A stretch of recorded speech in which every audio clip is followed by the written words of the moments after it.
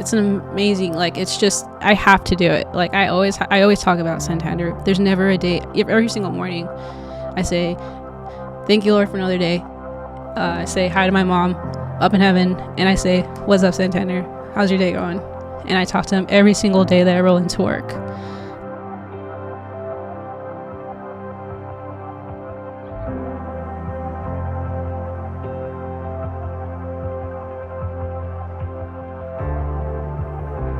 He's always going to have a part of me no matter what, or I'm going to have a part of him no matter what. And that's what I love about teaching. Like, it gets his story across too, because like you probably know, a lot of fallen officers, their stories get forgotten. And I don't want that for him. I want to carry on his story for as long as I can, no matter how far.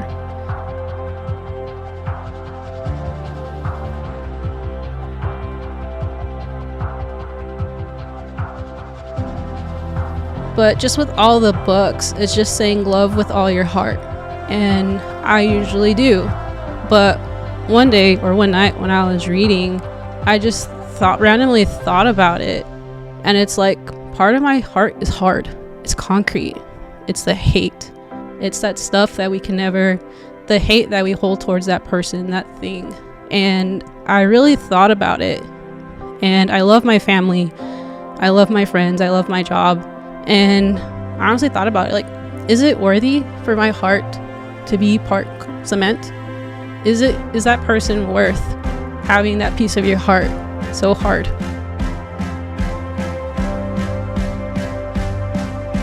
You're listening to the ATO Bridging the Divide podcast, brought to you by the Assist the Officer Foundation. Since 1999, the ATO has given assistance to the first responder community. And now we want to give them a platform to hear their incredible stories. We also want to hear the stories of the many people that support us. Our community is small, but it is strong. We have differences. We don't always agree, and we all make mistakes. But together we can grow, we can heal. And we can learn from those mistakes. And together we can bridge the divide.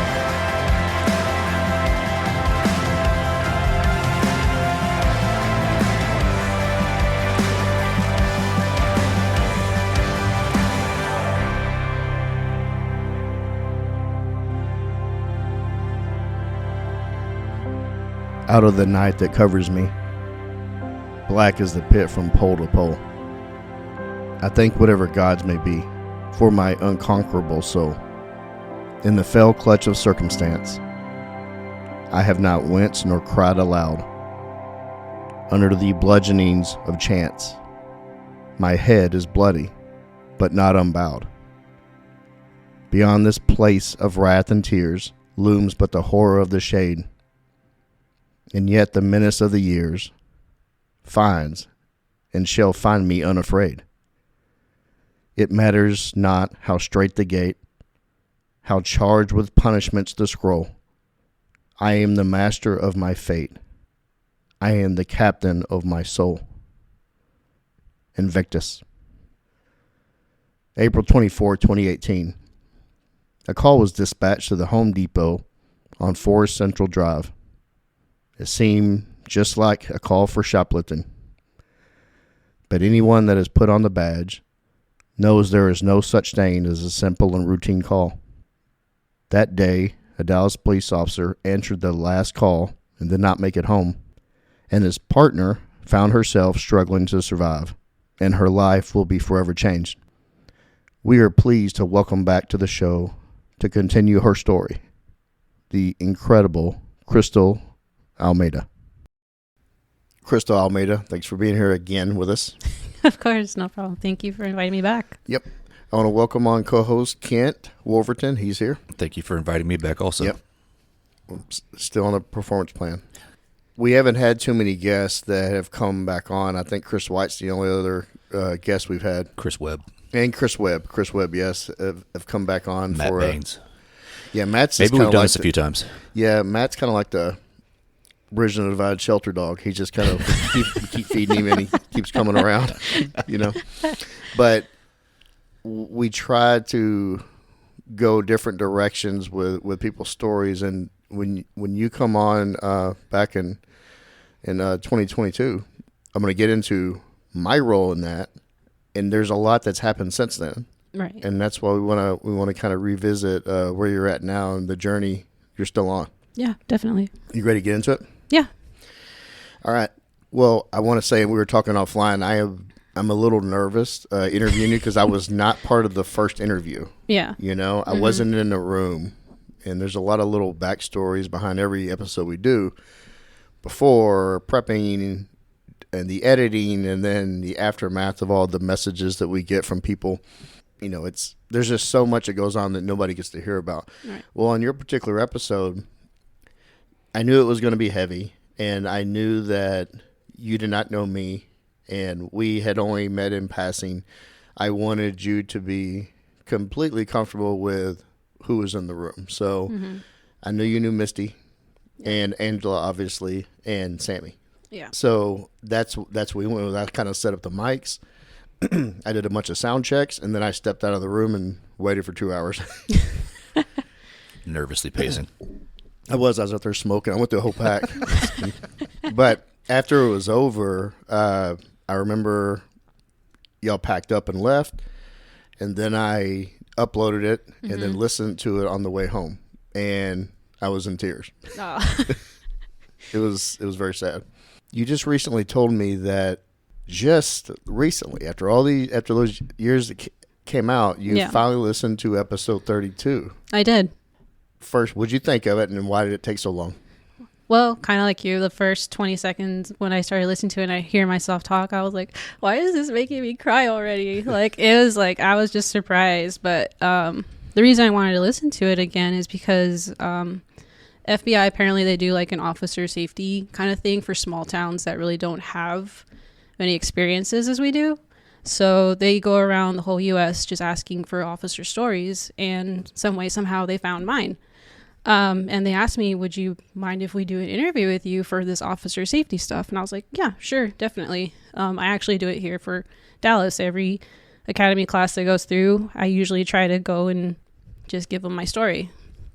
So I guess I've said it so many times at the academy. I just wanted to be like, am I saying it the right way? Like how I said it to Joe and just to everyone else, because, every once in a while there could be twists here and there and stuff like that. So I just wanted to really like just clarify that, okay, this is how it all went. So that's how I did it. What did you think of it? It was amazing. No wonder so many people listen to it. And I just appreciate all the feedback that you told me you've gotten from it. I'm still in amazement that everyone actually listened to it. And yeah, I'm just really glad everyone enjoyed it. Yeah, it was, the listener heard the edited version. The unedited version is there's a lot more pauses and breaks of, you could tell people were teary-eyed, and it was, it was rough. Mm-hmm. It was a rough listen, and I remember Danny edited it. And then one thing about this, I don't even know if you know this. So we released that episode on the exact date and the exact up to the minute of when the incident happened. I released it at the exact time the incident occurred. Oh, wow. No, I didn't know that. On the date. Yeah. And I really wanted, not many people know that, but that was kind of important to me to do that. Mm-hmm. But yeah, we made that happen, and Danny kind of had to fast track it because it was in April, and we were trying to get that out when we wanted it to come out. So you listen to yourself then. I want to see where you're at now as far as in your recovery journey, growth. Well, a lot's happened, let me tell you. Hopefully we have enough time to say everything. All the time you want. Well, luckily, yeah, I feel like from when I recorded it to now, I'm not a completely different person. Like, I'm same inside, but I'm just more confident in what I do. Like, even talking on the mic, I feel a little bit more confident just because of my new assignment with the drone unit, and I have to be a teacher, basically. I teach everybody how to fly the drones, how we do everything here. And then just also people reaching out from everywhere wanting to interview me about my story. I think it's just really helped a lot from then to now. But where do I begin? So After the interview, I actually you asked me if I wanted to go to Righteous Oaks Retreat with Chris and Rainey Webb. And at first I was like, I don't know. Like, I don't know anybody that's going. And luckily when we got to the airport, Misty was there. So I was like, oh, finally, I know somebody that I can actually talk to with. And we knew nothing of this retreat. It was brand new. It was the first one. Yeah, it was the first one. So we knew absolutely no idea what we were doing. And yeah, I was with Misty and I was like asking her like, hey, do you know anybody here? She's like, I have no idea who's here. And I was like, okay, cool. And Misty was kind of pissed. Yeah. At what Chris, yeah. Because Chris didn't tell her anything and he didn't tell us. So she was really pissed off. So yeah, we were just going in there and we get off the plane. We're in California. We're on our way. And Chris is like, okay, everyone's here. Great. We're all going to step into a van. And me and Misty look at each other like, who the heck is going to be going with us in this fucking van? Put hoods on you. Like, yeah, basically. Yeah. So me and Cartel. Misty sit all the way in the back and we just see like all these new people and they're really talkative with each other. And me and Misty are just like, who the hell are these people? And they're like, oh, we're with Mesquite PD. And I was like, oh, okay. Like, it's finally nice to meet you guys. So yeah, we go, we have an amazing time. And actually during that retreat, I've learned so much. That's when I met Dr. Tanya Glenn, who's an amazing psychiatrist, by the way. She specializes in EMDR. Yes. And I have never heard of it, like, ever. So I'll talk about that a little bit. Yeah. So we talk about that quite often, and everybody that's on the mic right now, including yourself, we've all done EMDR and benefited from it. Yeah, definitely. So back in 2018, like you guys knew, Wellness Unit wasn't around. I had nobody to guide me whatsoever. So I kind of had to go on my own. Like I had to figure things out a little bit. So when I would go to therapist, and you know, we usually have to go to therapist after a traumatic event or whatever. And after I tell them my whole story, they'd be like, wow, that's really traumatic. Like, no shit, Sherlock. Like, yeah, they're in tears. They're in tears. And it's like, aren't you supposed to be helping me with what I'm telling you guys? And they really kind of didn't. They would just tell me, well, go this way, go that way. And luckily with Dr. Glenn, she's worked with military and first responders for the longest time. Since the 90s. Yeah, which was amazing. And so when we went to the retreat, we had our little intro, like, tell us your story, tell us everyone. And so I did. And as soon as I was done with my story, Dr. Glenn was like, I am seeing you for the EMDR after we're done with this. And I was like, yeah, I'm totally down because no one's ever offered it. And just the way it is. So basically what they do, in a nutshell, is they have a light. The doctor has the light on her finger and she moves it just side by side. And the best way I describe it in the academy is basically think of like, you know, the old school reels, like when they have the horse galloping, it's like you can see step by step by step. That's the way that it was for me when she was like, okay, take me from the start. Where were you at? And I would tell her, okay, we're here, we're doing this, doing that. And she's okay, stop. What are you feeling? What do you think's going on? And for the longest time, I had survivor's guilt. I always had that in the back of my head. And it was like, I could have done this, I could have done that. And luckily, when Dr. Glenn was at the end of everything, I was like, holy crap. Like, all that weight was legit lifted off of my freaking shoulders. And I was like, I did nothing wrong. Like, I did everything that I could possibly do that freaking day. Even though I dreaded it, I thought about it. It's still, I mean, I'm not going to lie to you. It's still in the back of my head till this day. But I honestly just think about it and I'm like, I tried everything. I did everything that I could possibly do. Don't be mad at yourself. Do you find that after doing the EMDR that you don't dwell on it as much as you did previously? Yeah. Like it's still there, right? Oh, yeah. You're never going to forget about it, No. but it's no longer in the forefront of your mind constantly. Yeah, basically. That's what it is. It's in the back of my mind. And I still go, like I said, I still go teach it at the Basic Academy. So yeah, it's still there. Like whenever I do have to go and teach those classes, it drains me. It really does. But that's got to be tough to pull that back out and relive it every time. Because even just as we're talking right now, physically, Yeah. you can see that it's still there, right? Yeah. And it should be, right? You shouldn't be over this. No. I don't know ever, but the fact that you willingly do that and you go out to help other people like that, that's commendable. Yeah. Is that therapy for you too, to do that for others? Yes, a little bit, but it's also just like a learning lesson, because it's like the simplest lesson you can learn. A lot of people don't teach it. So like just searching people's pockets, flipping them inside out, like whoever taught that in the basic academy. And whenever, I sound like an old head right now, but like whenever we had our officer safety, we never had people really tell us, like survivors that told us their stories. It was just, I mean, granted they were in the incident, if even then they came out, but it was just the teachers teaching us. How many survivors did we actually have though? That's a huge thing. question, right? So now you're in a position where you've done the extreme, right? And you're going back and still teaching it to people, and there's tremendous value in that. Yeah, and I appreciate it. No, it is true.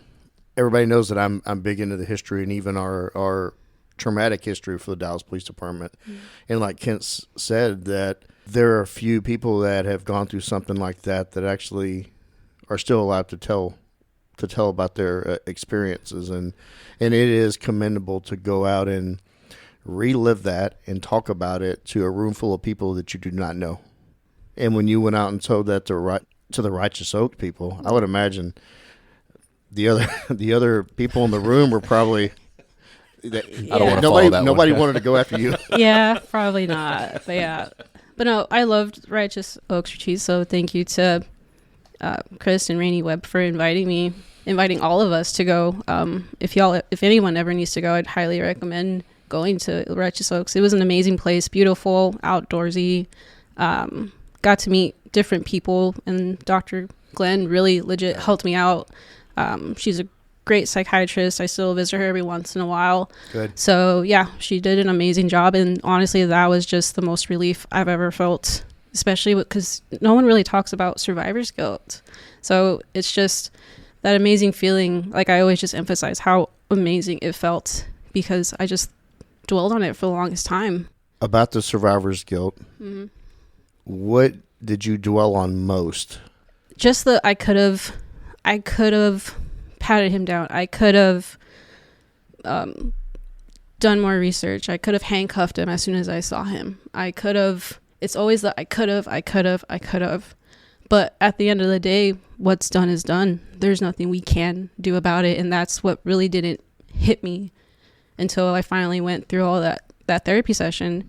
Because everyone, I mean, you probably know, Joe, everyone said that you did everything you could. You did everything you possibly could. Don't hold that shame. And it's like, I can't. Right. Like, it's me. Like, it's not you. Even Angela, she was like, you did everything you could, Crystal. And I was like, no, I could have done this. I could have done that. I should have. And I just didn't. But with that therapy, it just, like I said, I've never felt that feeling ever before in my life. Just that weight completely off my shoulders was amazing. It unlocked a different perspective that you didn't have. Right. That's amazing. Now, and we talk about EMDR so much on this show, and I don't care. People are tired of hearing about it, that. We're gonna continue talking about it because of this. Yeah, definitely. And when I was telling the story to the FBI about the officer safety, they also said the same thing. A lot of officers are referencing the EMDR therapy, and I told them, yeah, it's just never really, people don't talk about it that much anymore. It's just like regular therapy, but honestly, to me, regular therapy is not I'm with good. you. Yeah. Can you explain what actually was happening during the EMDR while she was talking to you? What was going on in your brain, and what were you seeing? So basically, like how I told you, so like it was just going slowly, pace by pace by pace of like the whole scenario. So we were walking to the back of the Home Depot. I was keeping my eyes on the suspect the whole time, and it was just bit by bit by bit by bit. And yeah, and at the end, like at the very end, when she finished up the therapy, I was like, holy crap, like there's nothing I could have done. And that's really hard for people to say that have been through something like that, because they always have that guilt. Like, I could have, but it's like, I can not gladly, but I can just finally say, like, I've done everything that I possibly could. There's no way around it. It's hard to say it, but it's okay. Like, it's okay to have all that happen. You tried everything you could. There was no way around it. So we've talked to a lot of people about it, and the resonating theme behind it is that it's super crystal clear when you start. Yeah. But as you keep going with it, it starts to fade a little bit to where it's not as vivid. Mm-hmm. The memory's still there, but it's not as in your face. Yeah. And I equate it to being pixelated almost. Like I still remember the scene, but it's like I'm looking through a piece of glass, and then it starts to get a little foggy. Huh. Interesting. Yeah, probably not. That is just kind of really helped me on I still remember everything to the bits and pieces, surprisingly. Yeah. But yeah, it was just having that I did everything I could, which was really helpful to me. What Dr. Glenn did with you is, it sounds like it made you come at some peace with it, with what happened. Yeah, for sure. Because you had no peace before that. Oh, no. Not at all. But still, the EMDR, it's just... Yeah, it's amazing. It does amazing things. Well, and she had it done by the... I mean, Tanya Glenn was doing... Her first EMDR session was after the Oklahoma City bombing back in the mid-'90s. Yep. I mean, she is a... Yeah. And that's back when it was looked at as kind of bullshit. Right. You know, now it's the go-to in traumatic and critical incidents for first responders and military. You kind of talked about the PTSD, and we're talking about it now. Are you still as intentional with your recovery? And I'm sure you have good days and bad days. Oh, yeah. There's still, every once in a while, good days, bad days. If I see people with their hands in the pockets, it still kind of bugs me. It irks me a little bit. But, I mean, I've kind of learned a little bit how to adapt to it for the most part. But still, like, those tiny little things that always get me, like hands in the pockets. Mm-hmm. If it's specific people that have it, I'm like, no, not really. Especially with working. But luckily, I'm surrounded with all my guys, so I know I'm protected for the most part. You went through a lot physically. Yeah. How is that today? Pretty much about the same. Okay. Nothing's coming back in the left eye, obviously. Hearing aids, I've learned that they're great now. Before, I never wanted to use them. But the doctor, actually, when we were helping one of the Texas Rangers a while back, he actually wore hearing aids, and he was like, you need to be... because he saw me and he kind of recognized me. He's like, you need to be wearing hearing aids. And I was like, why? Why would I do that? Like, they're so weird. He's they're like, for old people. Yeah, that's what I said. And he was like, yeah, I have one too. But if you don't use it, you're pretty much going to become, like, you're not going to, what's that? I forgot what that is. Dementia? Is it dementia? No. Yeah. Is it dementia? Mm-hmm. Yeah, you get dementia a lot faster than everybody else. Really? Yeah. Because hearing loss is, like, kind of like the start of it a little bit. And if you see it at like I usually do see it whenever I go get my hearing aids checked, starting things of dementia, hearing loss. And it's like, well, great. Yeah, I need to start wearing Got mine. a head start on that one, didn't we? Wow, I have not heard that. I need to pay attention to that. I think so. Couldn't hear it, huh? Did not hear that. Have you had any setbacks in your physical recovery? Just the vertigo. That one's still a big issue. Yeah, vertigo, I can't get up as fast as I usually want to. Sometimes I have my good days. Sometimes I have my bad days. But yeah, just the little crystals in your ears really mess you up, especially when you get ricocheted. Well, a bullet ricochets off your ear. It causes a lot of damage. I never knew that either. But yeah, just vertigo is a big deal. Balance, another thing. When I try lifting weights, I really have to figure out where I'm going, the balance of it. Running on the treadmill, I usually surprisingly veer to the left a lot. I can't keep a straight line. So just the tiny things, I just try to adapt to it. Usually just run outside. You have to be like real hyper-focused, though, with every movement that you do, just to kind of accommodate and work around it, work around the vertigo. Pretty much, yeah, for the most part. But it's probably... You've adapted. Yeah. Obviously. Mm-hmm. You're in great shape. I hope so. Yeah, you are. Yeah. So no, it's great. you know, Kent and I we were talking. There's so many levels of inspiration with you, and you just continue working around physically and mentally what you went through. Yeah. It's quite impressive. Please don't ever discount that. How easy would it have been to just kind of give up? Oh yeah. Easily. Yeah. But yeah, that's not me. Oh, and I love that about you. It's more than impressive. Appreciate it. One thing that you did, we talked about it a little bit, is the adaptive training. Yeah. They helped you immensely initially. Yeah, they did. Both physically and mentally. Surprisingly, the mental part was a big thing that like I said before, didn't have anybody tell me different when I came out of the hospital or anything like that. No one led the way, but luckily with adaptive training, they really focused on the mental side of stuff, which really doesn't get spoken of, like we talked about for the EMDR. No one's ever heard of it. But adaptive training, they actually take in like a lot of breath work to do, which you really don't hear that often either. Breathing routines or like breathing exercises can really help you like calm down or get you like hyped up for the workout before you go and hit it, stuff like that. So they've really helped out a lot. Do you think that maybe there's not as much exposure to that because you kind of have to go through it to fully understand it? A little bit. Yeah, it's a tough program to be a part of, and those 9 weeks, like they just have you going. But it's full of people who have had similar circumstances that have lived through something like that, and so yeah, there's an obvious bond that you guys would have, and so you can share your experiences. But yeah, Joe and I wouldn't really be able to understand that experience or be able to talk to you through it. So I think that's an important message also. Yeah, I mean, if y'all ever want to go on Fridays, they have tours, so we can go and check it out, and maybe can get you all a workout in. If I talk to David, I'm pretty sure they'd be down to do that, right? We have to do it one day. She's asked me before, and just with schedules, it's hard. But just to experience it, I think. I mean, that is a great organization. Yeah. And you're living proof of what they do in their mission to help people. I'd like to do that. Yeah. So last time we talked to you, you were in the gang unit. I was doing intel work for the gang. So now you have a new role in the department. I do. You're in the drone unit. Can you talk about that?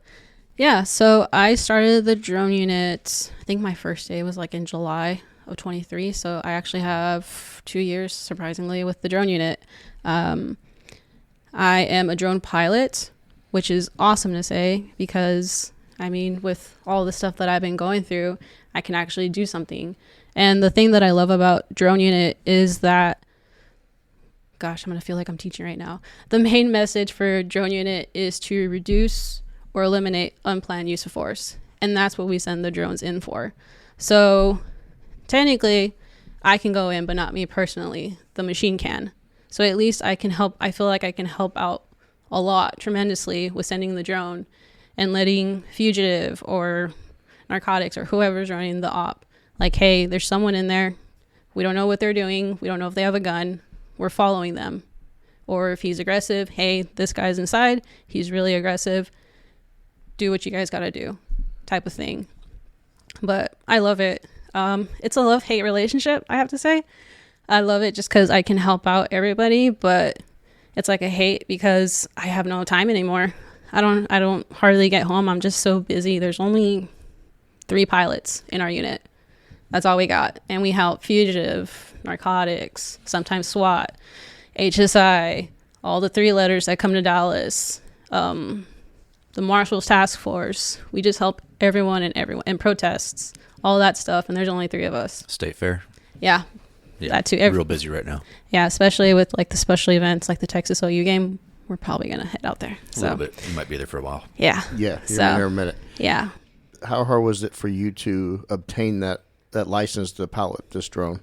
So it wasn't that hard. Luckily, it's just all like, it's a test, basically. It's a 65 question test.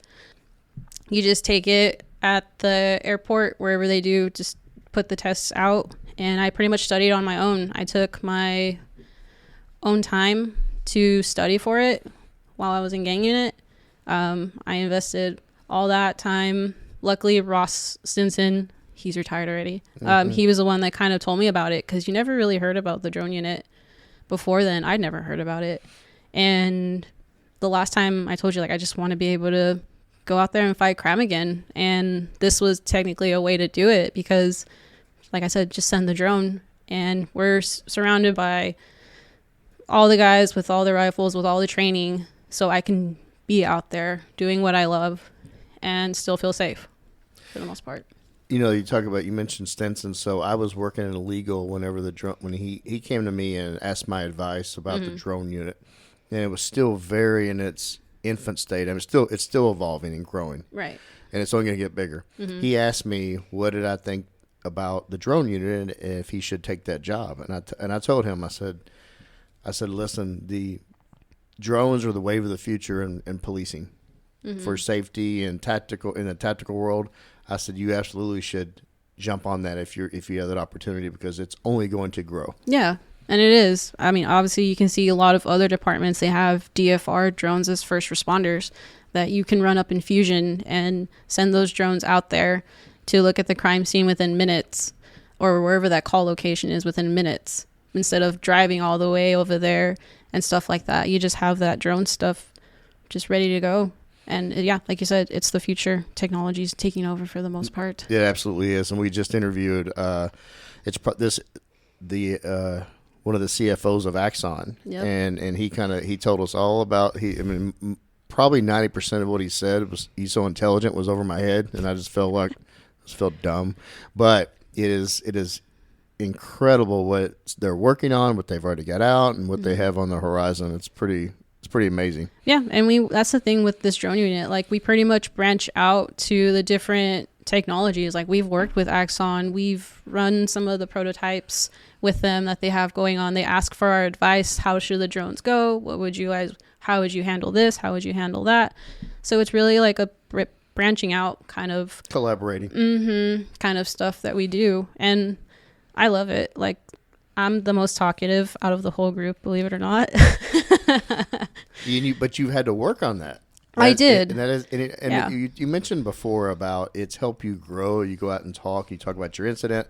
You're talking to the rookies, but you have a mission because you want to mentally prepare them. And when you're going out teaching these drone pilots, and it's to make them better and to teach them to do a unique skill set and work technology. Yeah. But the more you do it, you get better at it. Yeah, for sure. Yeah, I've even gotten I'm a TCOL certified instructor now, so I had to do all that. That's a tough class if anyone does it. I had to go do that, and then I'm teaching these 40-hour basic courses we have here at Dallas for our drone pilots to do. I organize all of that, get all their paperwork set up, and we've even had people from, I think Shreveport came in because they've never had a drone program, so we introduced them to ours. We've had DART, we've had the Dallas Marshals come because they're barely starting up their program. So a lot of people that are starting up their programs are coming here to see how we run ours. So it's pretty amazing. Well, yeah, we're kind of the big dogs, and that's you gotta take the sense of pride in that too, being a part of that unit and them coming to you to kind of like for you to be the standard. It's got to be impressive. Thank you. It's really cool though. It's something to be proud of. Yeah. How has the unit expanded just since you've been part of it? As far as how many more drones you got, how many more pilots you got? So right now, I think we have around 178 pilots for the most part. And then we also have about 200 and some drones throughout the whole department. Can you explain, though, you have that many pilots, but they're not all assigned to the drone unit? Oh, no. So pretty much majority of them are in patrol. Yeah. For the most part. And talk about that skill, having that at each division level, and how important that is and how useful that could be. I mean, it's super useful. So we assigned each patrol station, we use DJI. So these are not made for law enforcement. They're just usually made for recreational drone uses. So we have 6 Mini 2s, 3 Mavic 3Ts, and 1 Mavic 30 at each substation. The ones that we use for interior work, that's the one that we specialize in the most for the departments is interior flying. A lot of other departments really don't fly interior. They just do exterior flights. Why is that? I don't know. But whenever we do go to like Irving or anywhere else around here that have it, we ask like, how's y'all's interior flight? They're like, oh, we don't do that. And I'm like, well, we usually don't ask why, but I guess they just... It seems like there'd be more of a skill set in operating a drone inside of a structure than it would be outside's pretty wide open, right? You just have to worry about how high you go and maybe some power lines occasionally. Yeah. But inside you've got... Oh, yeah. You got little tables, chairs, everything. Curtains. Yeah. You have shower curtains. You have anything and everything.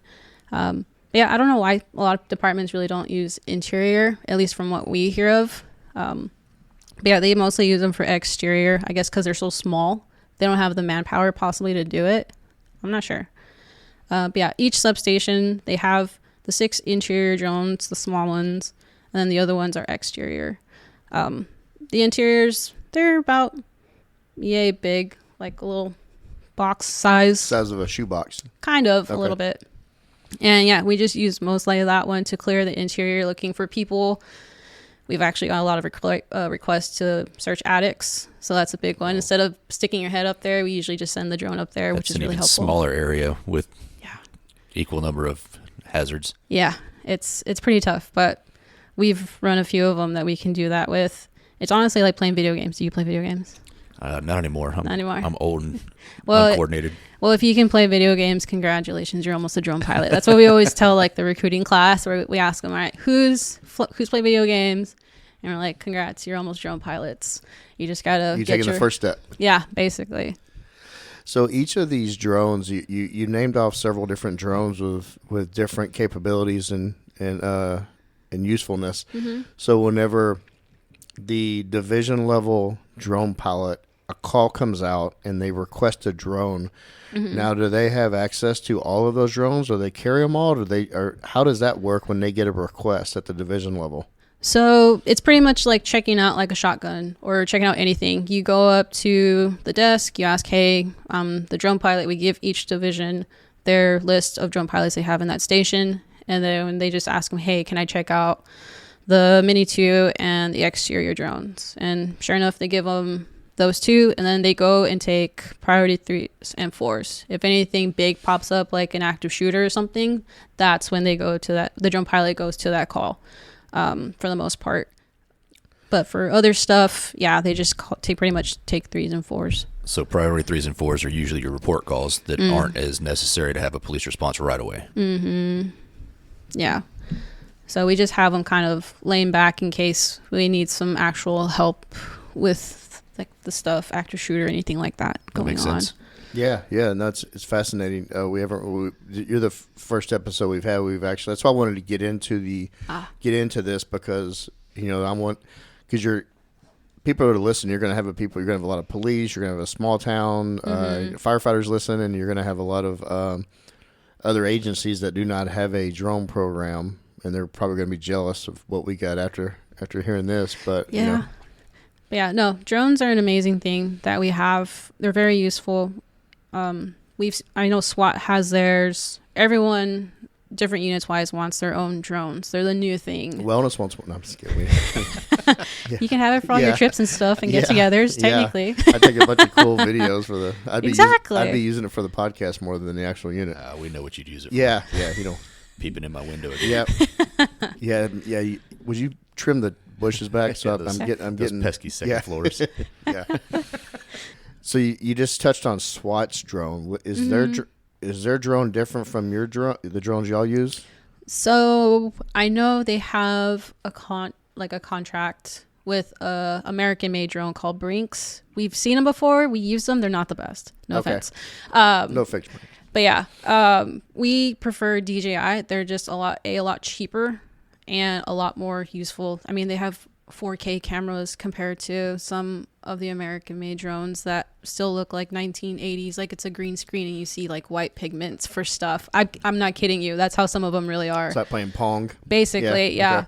And we've told them like, hey, the drone looks good. It's a great size, but you guys got to really it's a handsome looking drone. Yeah, but you gotta amp up the 4K-ness, the digital pictures for what we can see, because sometimes we fly these suckers at night and like the thermal capabilities that we have to use for like a missing person in wintertime. You can easily adjust the temperature on that to find like maybe footsteps or a heat signature of some sort with all that stuff. So it's really useful. It's just, yeah, we're just lagging a little bit in That's a ton of technology in those things. Wow. It is. And it's only getting, I mean, more and more. Yeah, it's only getting more and more. So like with that being said though, you're constantly having to learn new tech and right in the unit. And the unit is y'all just got a new supervisor, right? Yeah, we just got him, Sergeant Todd. Yeah. Okay. So yeah, I've known him. learning. I've known him since he was a rookie at Southeast. There's a lot to learn though, and there's a lot. You'll never figure it all out because the tech just keeps advancing. You know. Yeah, but we try our best. We're pretty much like the geek squad of the drones for the whole department. If whenever anyone has issues with the geek squad, probably we're on the works of it. But everyone always calls us whenever they have like technical stuff they have questions for, or if they can fly here, if they can fly there. There's just a lot of rules and a lot of gray areas that we have to follow and stuff like that. So we're not as free as the helicopter as Air One per se. There's just a lot of rules. Well, speaking of that, so there are some areas of the city that the drone actually cannot go up because of the FAA, right? That they just will not activate. Yeah. Okay. Yeah. So there's pretty much like a grid where you can fly. It's on an app that we use all the time. We teach it. You can pretty much check wherever we can fly. There's restricted zones whenever the Texas OU game starts. We can't fly an hour before, an hour after. Just kind of that stuff. And then we have like the president living up north that we can't fly. If we do, we have to call the CIA and get all that stuff. It's just a lot of like twists and turns and people and permissions we have to really ask for, unlike Air One. But we're the next best thing. So sure. And we don't cost that much on gas. So no, you do not. No. So I'm going to shift gears here on you. Yeah. You recently joined the ATO board. I did. Can you talk about why you wanted to take the next step to be part of the foundation? Because you've always volunteered. Yeah, and I love it. I mean, it's the least I can do, especially for what ATO's done for me. I mean, they've helped me when I was out of the hospital. Mr. Lujan, Ed, came to talk to me a few times, and plus he's from El Paso, so I can't say no to... Sweet guy. Yeah, to Ed whenever he comes and talks to me or asks me to volunteer or something. But no, I just love it. Like, I just love the environment. I actually started volunteering a little bit for the Christmas widows and children thing. Can you tell the listener about that? We've never talked about that on the air, the ornament exchange. Yeah, so the widows and children thing, we pretty much go to all the fallen officers' wives, widows, and we go... I think last year we delivered ornaments. It's just like different gifts every year. We did ornaments one year, and I think we did like a little coffee cup or a Yeti cup the other year. And we go to retirement homes for ladies that lost their husbands a while back. And we just talk to them for like a good maybe like 5-10 minutes just to say thank you for what your husband did or any of that stuff. And then whenever we go take care of the kids, we go to Walmart or anywhere like that, and we give them just a bunch of gifts that we can find. They usually get like a Christmas list, or we get a Christmas list of what they want. We're like, okay, we can get that. I don't know about a PS4, but we can get like the other stuff. Can get this drone. Right, pretty much. And yeah, we just deliver those gifts to the kids, and we just try to talk to them and tell them a thank you. I'm sure you sense a great deal of gratitude in that too. Yeah, I do. It's nice. It's nice to give back and just to hear their stories. A lot of the ladies, they always talk about, oh, my husband loved what he did. He was always ready to go whenever the calls came out, or she would talk about a call that he would always talk about, or what he did. And sometimes they show like pictures or their badges. And it's always like a really awesome thing, because I love history. It's really an awesome thing to see. Both World War II history nerds. Oh, yes, we are. Yeah, we are. Definitely. But yeah, it's just really nice to just hear them talk and just to sit there, because you never know. They probably don't even get that much attention the whole year. And it's the least we can do for them is sit and talk with them for 10 minutes and be like, okay, we'll see you next year. That's very sweet. Yeah. And they always appreciate that. And luckily I was with Justin and Heidi my first year. So it went really well. They pretty much took me everywhere and they kind of taught me the ropes on how it all works and stuff like that. So I really enjoyed it. It was fun. No, I do want to highlight, though, and say thank you. Even before you got on the ATO board, you would always volunteer for our events and come out. And, and you know, especially Bags for Badges. Hey, Bags for Badges is really fun place. If y'all ever need a good time, just go to that. Ladies especially. The people guys, watching. Guys, you're always welcome. It is so much fun to see all the excitement and all the dancing going on out there. It's a blast for sure. I definitely recommend everyone goes. It's hard not to smile pretty much the whole time, just the people watching alone. Yeah, definitely. It's always a good time. Yeah, Sammy's always at those. Yeah, she has a good time. Yeah, she does. Got a little crazy this last year. Oh man, it got real crazy. Did you get there on the dance party in the halftime? No, but I saw it. It was pretty. Yeah, the dance party halftime was pretty funny. Yeah, I think that we might need to make it that a staple because that was a big hit. I would bet we could do a fundraiser just off that part of, hey, we won't release this video. Yeah, we won't release the video. We do have some good videos. Some we posted, some we didn't. Yeah, it was fun though. It's a good time. Yeah, definitely. August 8th next year, folks. As I mentioned Sammy, I want to talk about your amazing partner in crime. I mean, she has been there with you from the start. From the start. Yeah, she's amazing. Sam, yeah, she's the rock in our relationship, and I just love her so much for everything that she's done. Even the mental part, like she was the only person that I could really talk to about all of this stuff. I cried with her. We laughed. And she would tell me like all the stuff that I didn't remember. Like I would ask her questions like, hey, did you go to Santander's funeral? And she was like, yeah, we went. I was like, well, how was it? And she would just tell me just all the emotions, and she would just tell me everything I wanted to know. I know sometimes I probably ask too much, and she sometimes she reminds me, she's like, you asked me that like 2 weeks ago, and I was like, oh, damn it. Okay, sorry. I just have a really bad memory, but I just wanted to kind of go back and remember everything that I could. But even now, like just random times, I ask her, how was I in the hospital? And she'd be like, oh, you were like this, and that. But she's my rock. I don't think I'd be where I'm at for the most part without her at all. You're a beautiful couple. It's really nice seeing. I love seeing y'all together and seeing you at events, and you know we've gone to dinner, and it's really refreshing to see y'all together, and she is so sweet. I wish you'd have came today. I was hoping she would, but yeah, she's dealing with. Yeah, she is, but no, she's a sweetheart. She always has. She always will be. Crystal, you've been through a lot, done a lot. You're still on a journey. I want to talk about goals. Okay. Kind of professional and personal. Let's start with some work goals that you want to keep working towards on this journey. So, work goals, I'll probably be with the drone unit for a little bit longer. After that, I don't know where I want to go. That's the thing with drones, like how you said, it's technology. It's the newest thing. Luckily, with my 107, I mean, I'm not going to leave, but if I ever decided to do it, there's so many other jobs that I can do with that license. And it's just amazing. And that's why, honestly, one of the other reasons why I got it is just in case this doesn't work out, I always have like a little fallback that I can go to. And especially with the work experience and the flight times that I get here, hopefully it plays a big role in all of that.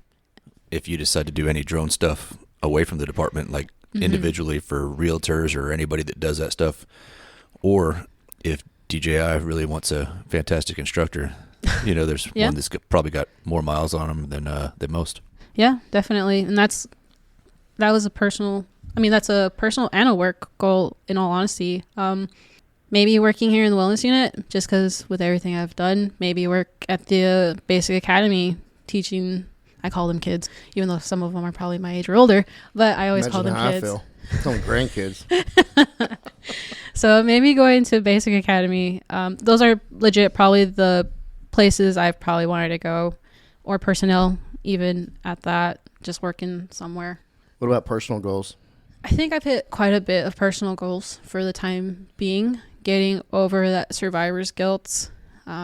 Just still keeping up with my workouts, not lagging it, staying in shape, and just talking. Like, I don't mind talking about all this stuff. So I just feel like it's really helpful to do that. I've told you before, I've had people reach out to me, like to some authors want to write books about my whole incident. Like, don't get me wrong, like I hate that all of that stuff happened to me, and some people might, I hope they don't say I'm gloating, because I'm really not. I mean, what happened, and a lot of people don't really like talking about it. I'm just one of the few that have the courage and the strength to do it. And like I said before, like, it's just a learning lesson. Like, I rather tell my part and my story to everyone else that has no idea what the heck's going on. At least be that little, like, helping hand, pretty much. I always love helping people, so just being that helping hand, like, hey, I got you, get back up, let's go. Let's take it on. Well, you'll have a lot of people that think that you want to be part of a book because of you, right? And it's not, right? No. Anybody that knows you is going to understand that that's not what the deal is. Heck no. But if you have the opportunity to help other people on a scale like that, because trust me, every police department, every major police department will be making that mandatory reading if something comes out of it. And they should. If you're not, you're wrong. That leads into my next question, though. Yeah. How important is it for you to continue to honor Santander's legacy? It's an amazing, like, it's just, I have to do it. Like, I always talk about Santander. There's never a day, every single morning I say, thank you, Lord, for another day. I say hi to my mom up in heaven, and I say, what's up, Santander? How's your day going? And I talk to him every single day that I roll into work. And no matter where I go, whenever I teach the classes or anything, he's always going to have a part of me no matter what, or I'm going to have a part of him no matter what. And that's what I love about teaching. Like, it gets his story across too, because like you probably know, a lot of fallen officers, their stories get forgotten, and I don't want that for him. I want to carry on his story for as long as I can, no matter how far. I mean, it's not the best call to have with it, but I mean, it's an everyday police officer's job. And yeah, I just want to continue carrying his legacy through everything. I think it's really important to keep memories alive. And you know, one thing this show prides itself on is I want it to be more than just a portrait hanging on a wall that recruits walk by 1,000 times in their 9 months at the academy, you know, or, you know, every police memorial, they do the salute, you know, and just they read out the name. Survivors like you, they were right there, you know, with him. You had a front row seat to everything. And I'm not going to say it's a responsibility, but it in some ways it is. Yeah, no, I agree with you for sure. I always think about him. Not a day goes by that I don't think about him or his family. All right. The last time we spoke, you know, you said God's not done with you. Mm-hmm. You're not done with your assignment yet, kiddo. No. Tell the listener what you believe your assignment is. I think the new assignment is just to be a helping hand. And I love that. Like I told you before, like I always love helping people. And there's not a lot of police officers, there's not a lot of women, there's not a lot of survivors. So the least I can do is try to be a helping hand as much as I can. And I love to. Like we've been talking about this whole time. I just love doing it. Does it take energy out of me? Heck yeah, it does. But I'll do it for anyone, anywhere. I'll help as much as I can. Even after the classes, I always talk to the recruits afterwards. If they have any questions, I stick around for a while just to answer any questions they have or listen to what they have to say or anything like that. But I think the new assignment is just being a helping hand. So you mentioned something about forgiveness. And I believe that's something that I know I know that I need to work on for different things of past, present. I really think that's something that a lot of people don't like to talk about, especially in this profession. Definitely, yeah, I agree. Can you tell the listener how you approach forgiveness? Obviously, everyone's been told, you gotta forgive. And I was like, heck no. How the fuck am I gonna forgive somebody that shot me and that took my partner? And when I was with peer support and when I was with the Righteous Oak Retreat, I got a book by Bob Goff. And it's a really good book. I hardly ever read books. I'm more of an audio listener kind of person. But just with all the books, it's just saying love with all your heart. And I usually do. But one day or one night when I was reading, I just randomly thought about it. And it's like, part of my heart is hard. It's concrete. It's the hate. It's that stuff that we can never, the hate that we hold towards that person, that thing. And I really thought about it. And I love my family. I love my friends. I love my job. And I honestly thought about it. Like, is it worthy for my heart to be part cement? Is that person worth having that piece of your heart so hard? And I thought, no, they're not. They probably don't even think about me at all. That event, it happened. And like how I've been done with it, what's done is done. We can't go back. So I just thought about it, like, they're not worthy of holding that grudge against them. I need to love. My heart needs to pump. And with that concrete piece, your heart, it's getting a slow beat. It's not getting its full beat. So I was sitting on my bed and I was like, you know what? I forgive Juarez for what he did. And when I said that, I was like, holy shit. I had just that like little cry session, like, I can't believe I just fucking said that. But when you really think about it, it's not worth it. They're not worthy of it. He's in the cell. What's done is done. There's nothing I can do. And I remember whenever I do that little thing that I do at the academy, I usually show my victim testimony. And I say on there, like, I'm a person of God, and it says to forgive. But I remember hearing myself say, I'm not going to forgive for a long, long while. And it's crazy because that was back in 2021 and I'm barely forgiving now.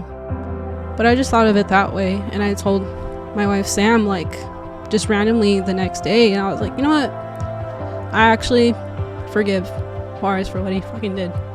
And I forgive the loss prevention guy for what he did, what he said, from what I've heard. I forgive them because they're not worthy. My heart needs to be full of love, not hate. Yeah, the forgiveness isn't for them. It's for you. Yeah, just think about it. Are they worthy of you holding that grudge about thinking about them every single day? No. You need to love your family. You need to love most importantly, you need to love yourself. And that's what I've really taken upon, because, I mean, I looked different. When I got out of the hospital, I looked completely different. Even now, I still think, gosh, I look so different. But you gotta love yourself. And I do. I love myself for me. And yeah, I just love my family. I love Sam. I love everybody. It's not worthy to have my heart being full concrete. I need love. Hey brother, hey sister, I'll never give up on you. Hey Mrs., hey mister, I'll see this all the way through. No matter how far the sun and the moon, I'll never give up on you. Down when you're lonely, I'll pull you up. Life leaves you heavy when the going gets tough. I'll be your shoulder, together we'll run up from the bottom, yeah, we'll rise above. Hey brother, hey sister, I'll never give up on you. Hey Mrs., hey mister, I'll see this all the way through.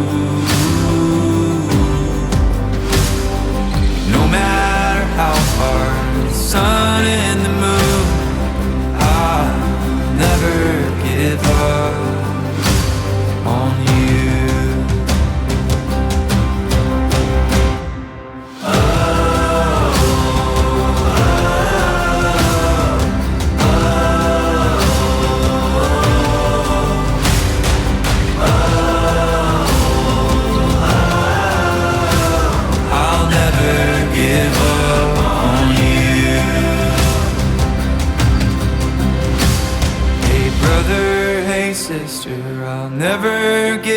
up on you. Hey Mrs., hey mister, I'll see this all the way through. No matter how far, for the gold and the blue, I'll never give up on you.